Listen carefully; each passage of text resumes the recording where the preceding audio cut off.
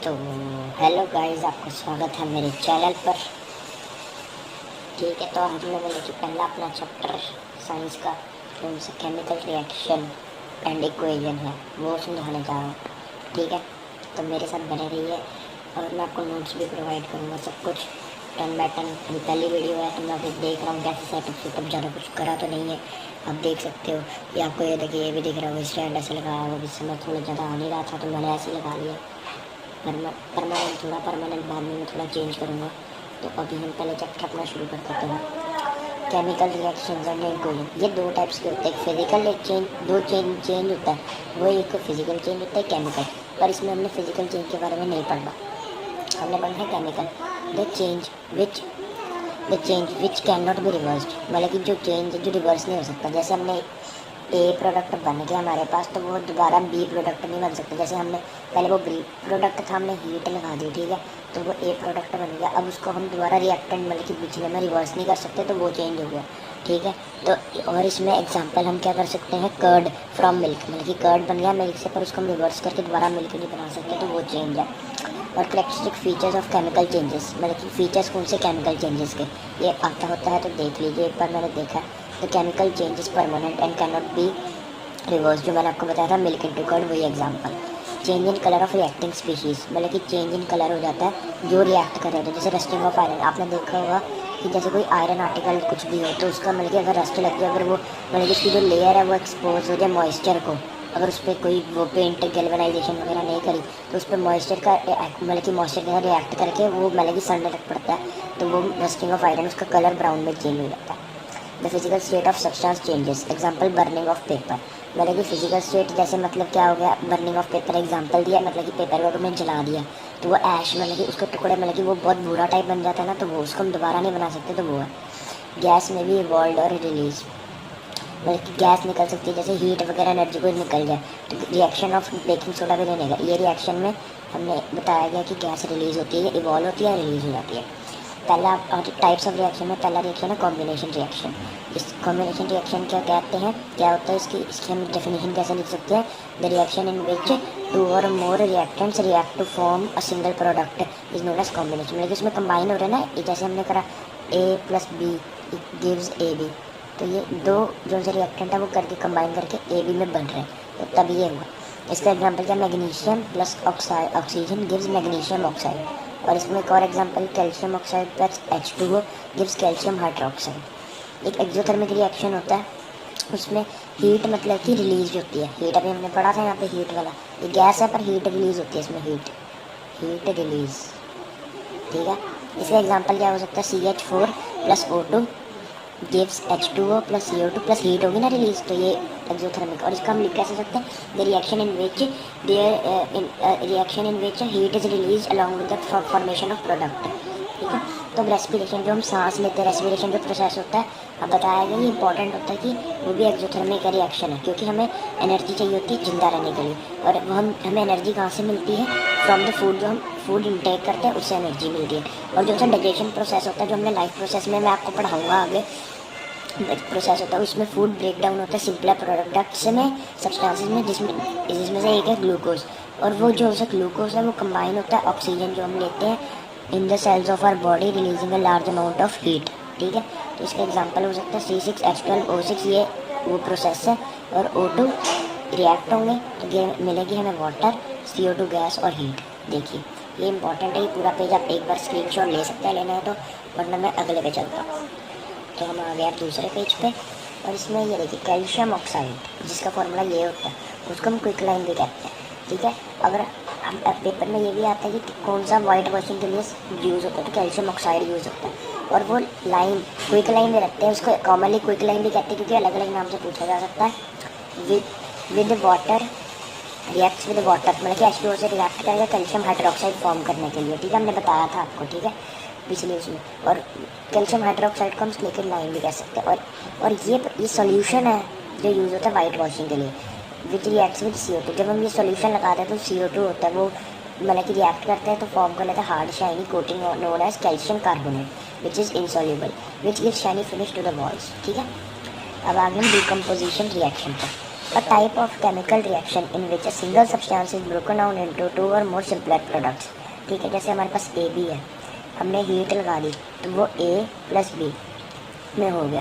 ठीक है, ये डिकम्पोजिशन रिएक्शन कॉम्बिनेशन रिएक्शन का ऑपोजिट होता है, कह भी सकते हैं। ठीक है, it is a type of endothermic reaction, मतलब कि ज़्यादातर एंडोथर्मिक रिएक्शन होते हैं इसके अंदर। ठीक है, कैल्शियम कार्बोनेट जो उनसे होता है हीट में हम लगाए तो कैल्शियम ऑक्साइड और CO2 फॉर्म होता है। इंपॉर्टेंट है सारे जो मैंने लिखे। और ये देखिए थर्मल आ गया, इसमें भी डिकम्पोजिशन का पहला टाइप है थर्मल डिकम्पोजिशन रिएक्शन। तो इसमें क्या होगा, जिसमें हम हीट लगाते हैं। ठीक है, हीट, इसमें जैसे हम लेड नाइट्रेट हीट लगा के हीट लगेगी, उसमें तो क्या हो जाएगा, lead oxide plus nitrogen dioxide plus oxygen which is reddish brown gas. ठीक है, इलेक्ट्रिक डिकम्पोजिशन रिएक्शन, इसका एग्जांपल सिंपल है H2, ये इलेक्ट्रोलाइसिस प्रोसेस भी है, तो इलेक्ट्रिसिटी लगेगी तो H2 प्लस O हो जाएगा। फिर ये फोटोकेमिकल में हमारी सनलाइट लगती है। ठीक है, ये देखिए सनलाइट लगती है, इसमें लगती है हीट, इसमें लगती है सनलाइट। तो देखिए AgCl क्या होगा, सिल्वर क्लोराइड जो वाइट होता है। सनलाइट लगेगी तो ये Ag जो है सिल्वर ग्रे में होगा और ये क्लोरीन हो जाएगा। ठीक है, अपना एक ये प्रोसेस भी लिख लीजिए, इंपॉर्टेंट है, silver bromide which is light yellowish in colour. Sunlight जब होगी उस पर तो वो सिल्वर प्लस ब्रोमाइड कहते हैं, वो हो जाओ। और देखिए अब यहाँ पे हम आ चुके हैं। ठीक है, हमने बताया था आपको decomposition reaction is also called opposite of combination reaction because in decomposition reaction one single substance is broken down. मतलब कि डिकम्पोजिशन रिएक्शन में जो सा एक, जैसे हमने बताया ए बी है, वो ए और बी में होगी, और ये इसका उल्टा है कि वो ए प्लस बी कॉम्बिनेशन रिएक्शन में वो ए बी होगा। तो ये देखिए ऑपोजिट हो जाएगा, ये देखिए ये इसमें होगा और ये इसमें, तो ये ऑपोजिट इसलिए कहा जाता है। आप स्क्रीनशॉट भी ले सकते हैं। अब हम चलेंगे अगले पेज पे। चलिए आ चुके हैं हम अगले पेज पे। अब हमारा है अगला डिस्प्लेसमेंट रिएक्शन। ठीक है, डिस्प्लेसमेंट रिएक्शन क्या आ गया है, तो देखिए इसका एग्जाम डिस्प्लेसमेंट क्या हुआ, more reactive metal displaces a less reactive metal. ठीक है, तो लेस मतलब कि कोई लेस होगा उससे तो वो रिएक्टिव, जैसे आयरन कॉपर से ज़्यादा रिएक्टिव है तो वो ब्लू कलर का जो COSO4 जो ब्लू कलर का होता है उसको डिस्प्लेस कर देगा, तो FeSO4 जो ग्रीन कलर का बन जाएगा कॉपर उसके साथ। तो अब हम आ गए डबल डिस्प्लेसमेंट, मतलब कि डिस्प्लेसमेंट सिंगल में करेगा, डबल डिस्प्लेसमेंट क्या होता है, mutual exchange of their partners, मतलब कि एक्सचेंज हो जाएंगे, जैसे ये दोनों और ये दोनों, मतलब कि ये इधर हो जाएगा ये इधर, ऐसे देखिए NaCl Na और ये Cl देखिए ये हो गया, और SO4 BaSO4 देखिए SO4 इसके साथ हो गया, मतलब कि जैसे AB plus CD gives AD plus BC। ठीक है, जैसे ये हो। चलिए, और ये वाइट PPT हम बताते हैं आगे क्या होता है।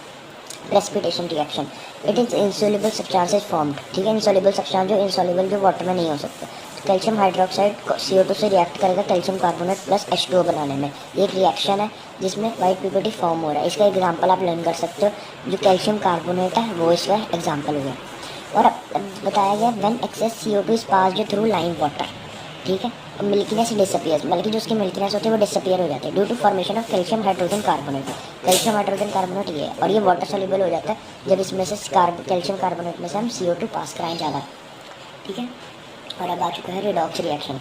रिडक्शन क्या होता है, एडिशन ऑफ हाइड्रोजन और रिमूवल ऑफ ऑक्सीजन, और ऑक्सीडेशन होता है removal of hydrogen and addition of oxygen. और इसको पूरे हम क्या कह सकते हैं, in which reduction and oxidation takes place simultaneously. ठीक है, ये सिंपल है। अपना अब हम आ चुके हैं करोजन पे। ठीक है, एक मिनट, चलिए आ चुके हैं करोजन पे। मतलब कि ये क्या होता है, slow eating process of surface of certain metals when a kept in air for long time in presence of moisture. मतलब करोजन क्या होगा, अगर कोई मेटल हमारे पास पड़ा जो केप्ट एयर में पड़ गया, मतलब कि एयर में काफ़ी देर से पड़ा हुआ है, तो वो मतलब कि उसका करोजन होना लग पड़ता है। जैसे आयरन, अगले पेज पे चलते हैं सीधा। चलिए हम आ चुके हैं अगले पेज पे। ठीक है, आयरन के केस में रस्टिंग, मतलब कि आयरन अगर हो तो उसकी रस्टिंग हो। ये फॉर्मूला इंपॉर्टेंट नहीं है, कर भी सकते नहीं करना तो कुछ आता तो ज़्यादा है। ठीक है, इट कॉजेज, अब इसका क्या है, it causes damage to cars, bridges, ships and objects made of metal. ठीक है, ऑब्जेक्ट्स मेड ऑफ मेटल को ज़्यादा नुकसान होता है। इसकी प्रिवेंशन क्या हो सकती है, ऑयल एंड ग्रीस जो हम करते हैं, पेंट कर देते हैं, गैल्वेनाइजेशन के प्रोसेस है वो कर देते हैं। ठीक है, जिससे ये हो ना। चलिए अब हम आते हैं सेकंड लास्ट टॉपिक है जो इसका density, slow oxidation of oils and fats present in food material. मतलब कि हम देखते हैं खाना में थोड़ा चिप्स आते हैं, हम निकाल के पैकेट से रख दें तो मतलब कि काफ़ी मतलब कि अजीब सा टेस्ट ऑर्डर हो जाता है, ऑर्डर मतलब कि टेस्ट और स्मेल में सा काफ़ी चेंज हो जाते हैं। तो वो है prevention, food in air tight container, food हम एयर टाइट कंटेनर में रखें, और food items flushed in with nitrogen. Flushed with nitrogen मतलब कि हम नाइट्रोजन जैसे कोई आता है पैकेट हम कुरकुरे वगैरह लेते हैं तो हम नाइट्रोजन के अंदर फ्लश करें तो वो तब उससे ख़राब नहीं होते। नाइट्रोजन एक एंटीऑक्सीडेंट है इसलिए। चलिए इसके साथ हमारा ये पूरा चैप्टर खत्म होता है, ठीक है। और इसके जैसे देखिए एनसीईआरटी क्वेश्चन है, मैं ये भी करवा दूँगा अगले लेक्चर में। तो चलिए लंबी वीडियो हो चुकी है 10 मिनट की, तो ज़्यादा हम 10 मिनट से ज़्यादा वीडियो बनाएंगे नहीं। चलिए मिलते हैं अगली वीडियो में।